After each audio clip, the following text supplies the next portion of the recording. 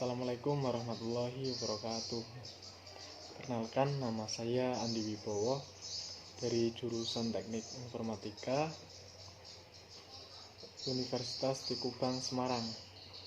Di sini saya akan menjelaskan sedikit tentang sistem bus. Bus adalah jalur komunikasi yang dibagi pemakai suatu set kabel tunggal yang digunakan untuk menghubungkan berbagai subsistem. Karakteristik penting sebuah bus adalah bahwa bus merupakan media transmisi yang dapat digunakan bersama. Nah, di sini ada macam-macam tingkatan hierarki sistem komputer. Yang pertama yaitu struktur interkoneksi. Komputer tersusun atas komponen-komponen atau modul-modul yang saling berkomunikasi. Kumpulan lintasan atau saluran berbagai modul tersebut disebut dengan struktur interkoneksi. Berikut merupakan jenis pertukaran data yang diperlukan oleh modul-modul penyusun komputer, yaitu memori. Memori umumnya terdiri atas n-word memori dengan panjang yang sama. Modul I/O adalah pertukaran data dari dan ke dalam komputer. Jika ada CPU berfungsi sebagai pusat pengolah dan eksekusi data berdasarkan rutin program yang diberikan kepadanya. Dari jenis pertukaran data yang diperlukan modul-modul komputer, maka struktur interkoneksi harus mendukung perpindahan data berikut. Yang pertama dari memori ke CPU, yaitu CPU melakukan pembacaan data ataupun instruksi dari memori. Setelah itu CPU ke memori, CPU melakukan penyimpanan atau penulisan data ke memori. Setelah itu I/O ke CPU, CPU membaca data dari peripheral melalui modul I/O. Setelah itu CPU ke I/O. CPU mengirimkan data ke perangkat peripheral melalui modul I/O. Setelah itu dari I/O ke memori atau dari memori. Digunakan pada sistem DMA sampai saat ini terjadi perkembangan struktur interkoneksi. Namun yang banyak digunakan saat ini adalah sistem bus. Sistem bus ada yang digunakan secara tunggal maupun secara jamak tergantung karakteristik sistemnya. Kedua, interkoneksi bus merupakan lintasan komunikasi yang menghubungkan dua atau lebih komponen komputer. Nah, karena digunakan bersama, diperlukan aturan main agar tidak terjadi tabrakan data atau kerusakan data yang ditransmisikan. Nah, walaupun digunakan bersama, namun dalam satu waktu hanya ada sebuah perangkat yang dapat dikerjakan oleh bus. Sebuah bus biasanya terdiri dari beberapa saluran yang secara umum fungsinya dikategorikan dalam 3 bahan. Yang pertama itu saluran data, kedua saluran alamat, dan saluran kontrol.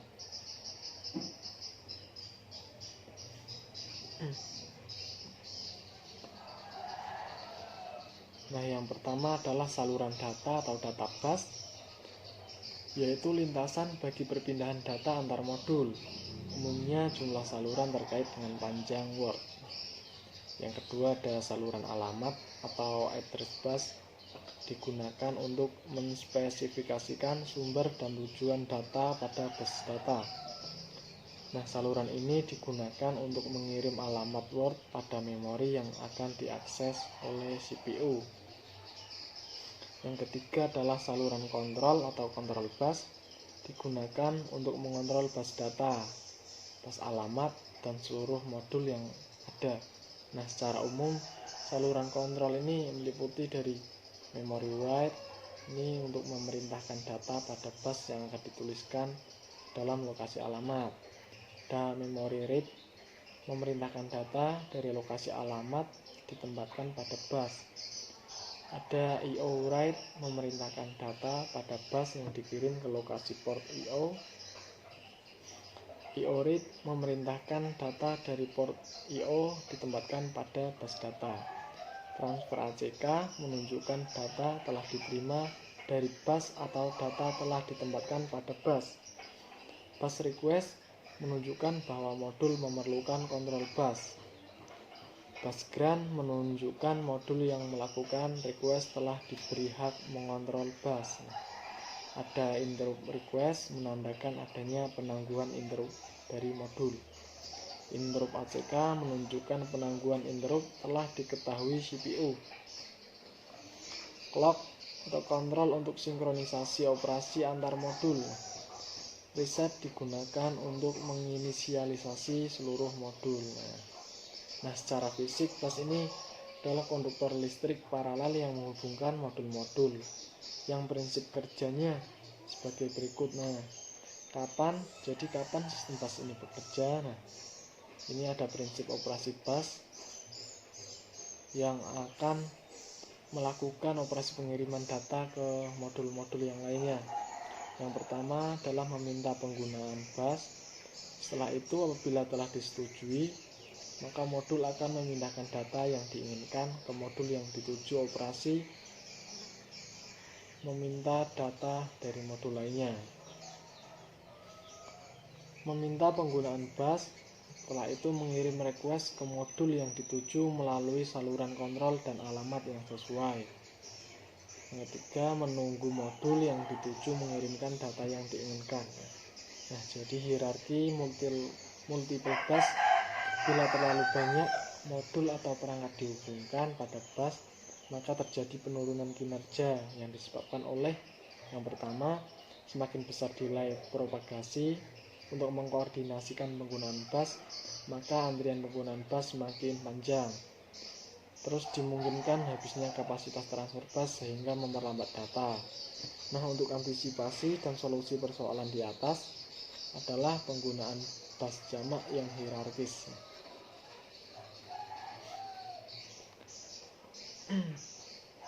Nah, bus ini terdiri dari bus lokal, bus sistem, dan bus ekspansi.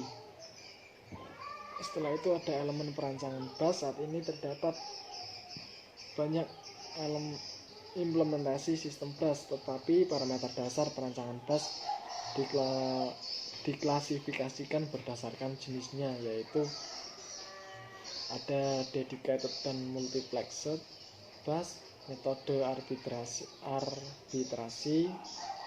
atau tersentralisasi dan terdistribusi, timing, sinkron dan tak sinkron, lebar bus, lebar address, dan lebar data, dan jenis transfer data seperti read, write, modify, write, alter, write, block, dan lainnya. Nah, dari jenisnya bus dibedakan menjadi bus yang khusus menyalurkan data tertentu, misalnya paket data saja, alamat saja, yang disebut dengan dedicated bus. Namun apabila bus dilakukan informasi yang berbeda, baik data, alamat, ataupun sinyal kontrol dengan metode multiplex data, maka metode arbitrasi terdapat dua macam, yaitu pertama tersentral dan terdistribusi. Nah, pada metode tersentral diperlukan pengontrol bus sentral atau arbiter yang bertugas mengatur penggunaan bus oleh modul.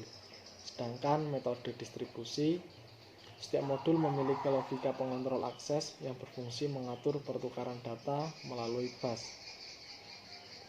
Cara kerja sistem bus, ya pada sistem komputer yang lebih maju, arsitekturnya komputernya akan lebih kompleks, sehingga untuk meningkatkan performa digunakan beberapa buah bus.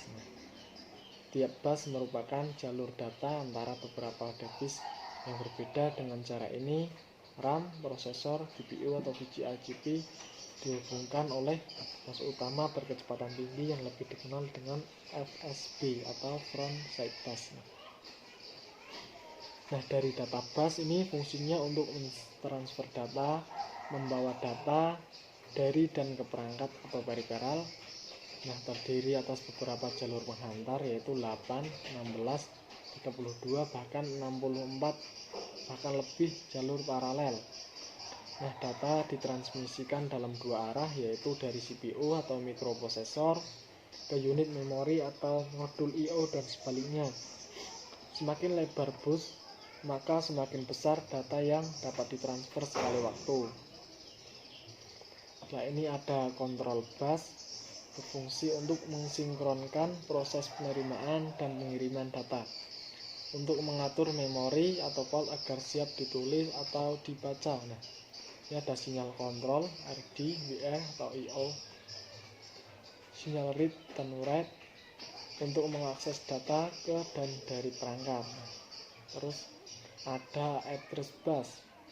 Nah, ini fungsinya untuk membawa informasi untuk mengetahui lokasi suatu perangkat atau periferal, untuk memilih lokasi memori atau port yang akan ditulis atau dibaca, untuk menentukan rute data, bersumber dari mana, tujuannya kemana, dan bersifat searah.